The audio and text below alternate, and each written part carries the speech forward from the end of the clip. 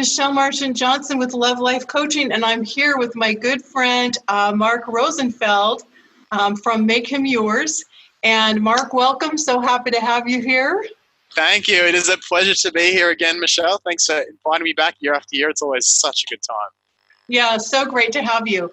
And I wanted to tap into Mark's wisdom about some really important questions pertaining to this idea of being ready for the right guy. So Mark, I want to ask you, what is one common thing or challenge that you think prevents a lot of women from being in that perfect position to be ready for the right person in their life? Yeah, I was thinking about this, Michelle, because it's very much a different question from the fun we had on the interview all about texting. But if I was to give a really somewhat sciencey answer to this question, and certainly what I've been working on with clients the most recently, it has to be the subconscious mind.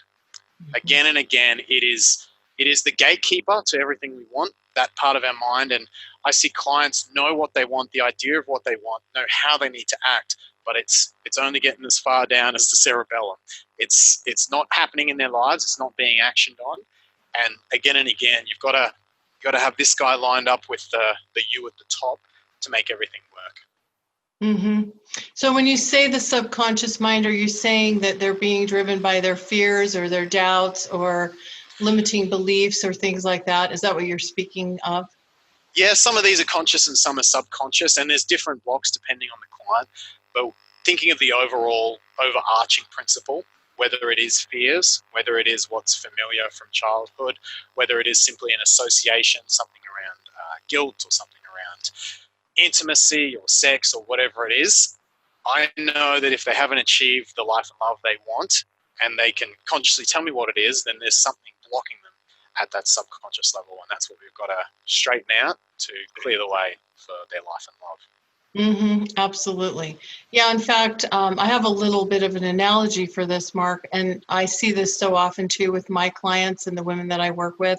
It's almost like if you think of a computer and, the hard drive is really running the whole show, but we don't see it. I think that's what that subconscious is like. It can be running the whole show, even sometimes when we don't see it. If those beliefs or those limiters are on an unconscious level, they're still running the whole show. And so until we, manage those, bring those to the surface, heal those, do whatever needs to be done with those, it's hard to move through that.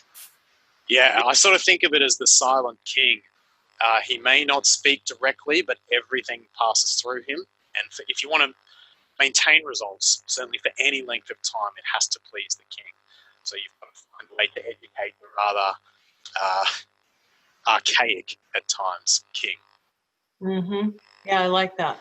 Okay, so then a second question for you is, what's one thing that women out there could do right now to help them to move toward having that relationship that they desire or dream of?